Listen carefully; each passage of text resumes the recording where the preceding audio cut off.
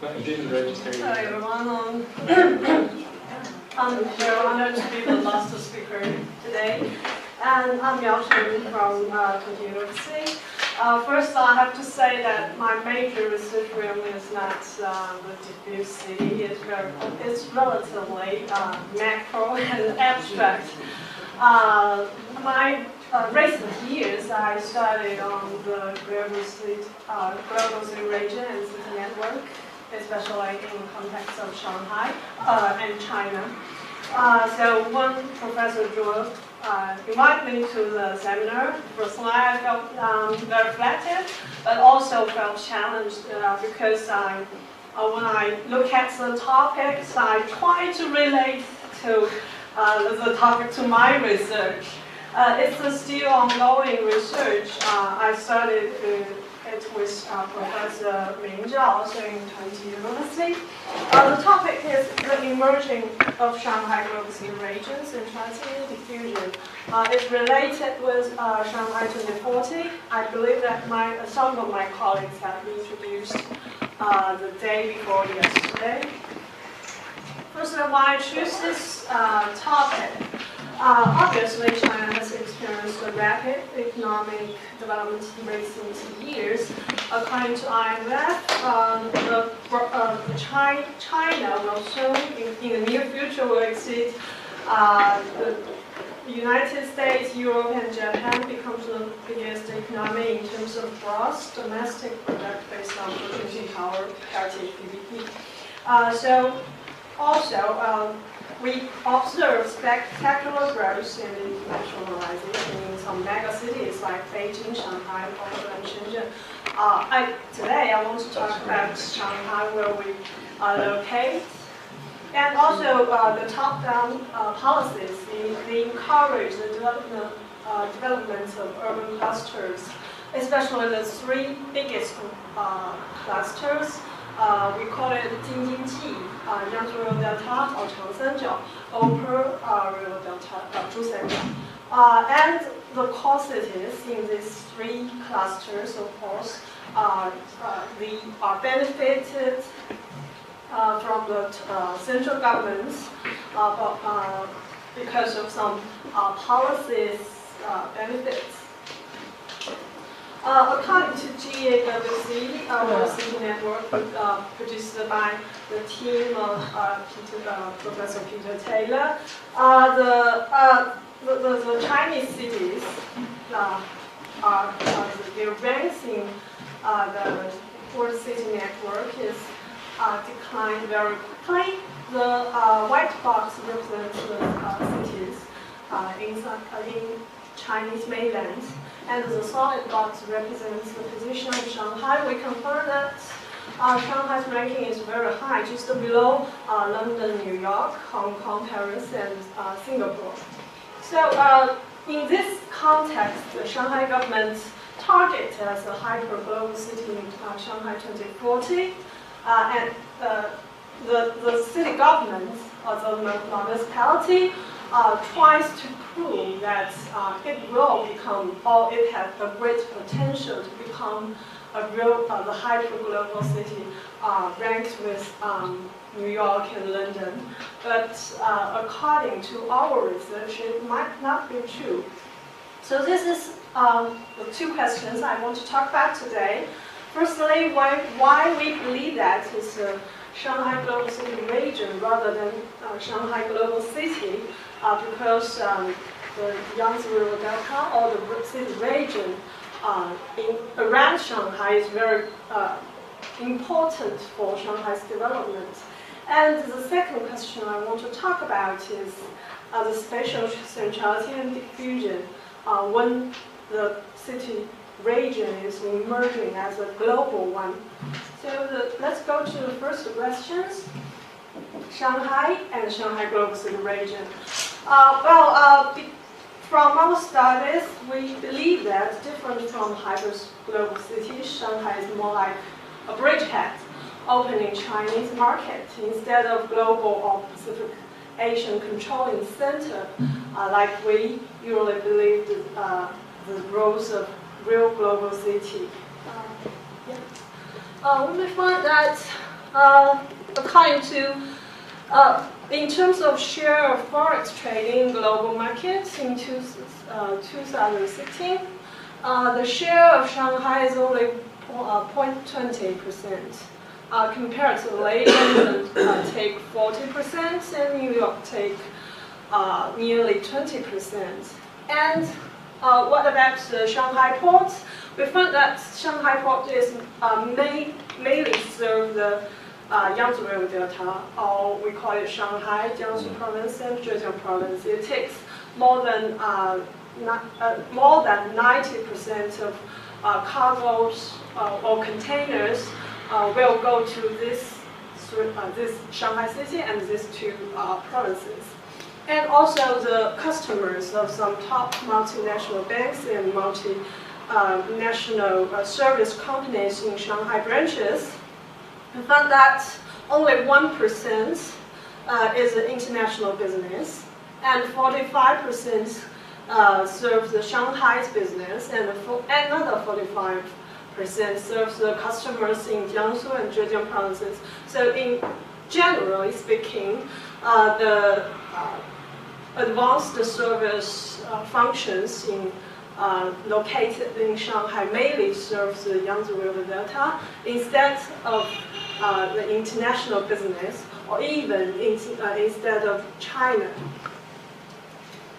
So I borrowed the concept produced by Oz and Young. We believe that instead of being a hyper-global city or city regions, Shanghai, and the regions around Shanghai is more like emerging global city regions. The hyper-global cities like London and New York, firstly, they deeply integrated into the contemporary global economic network, and they usually being very strong controlling and command centers in the global economic network. But the emerging global city regions like Shanghai and Yangtze River Delta, they have limited relational linkage with global economic network, and they are much more dependent upon inward flows from the global economy. And instead of command and controlling center of global economy, Shanghai mainly acts as coordination and channeling centers responsible for receiving and transferring inward flows in their hinterland. So sometimes we call that Shanghai is a hub of two sectors. The first sector is a global city network. Shanghai, of course, plays a very important role to connect to some important cities in global city network. The roles usually played by Hong Kong, played by Shenzhen, but after several years of Chinese opening policies, Shanghai have played very important roles to connect to hyper-global cities and another important world cities. And on the other hand, Shanghai plays a very, very important, significant roles to serve regional hinterland.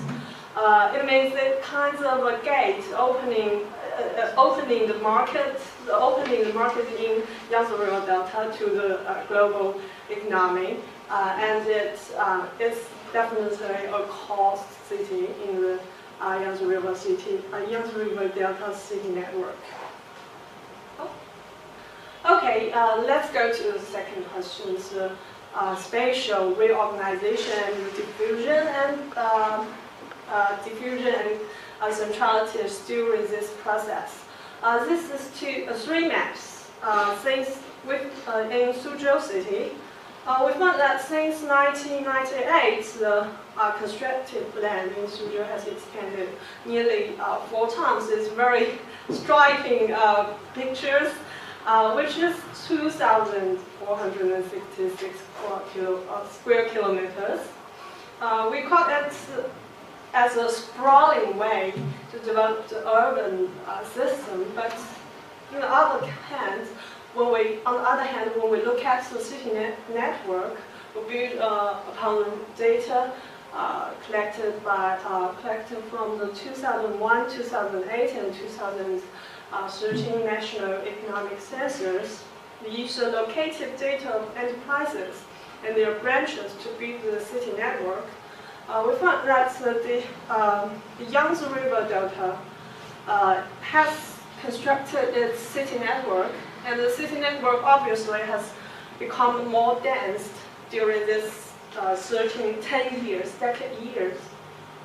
And as I said before, my research is a kind of abstract, so I use some index to review what happened during this decade years.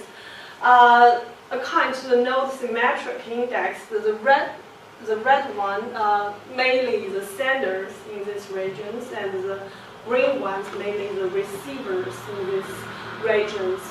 In 2001, we find out comparatively balanced space in Yangtze River Delta, but in 2013, Shanghai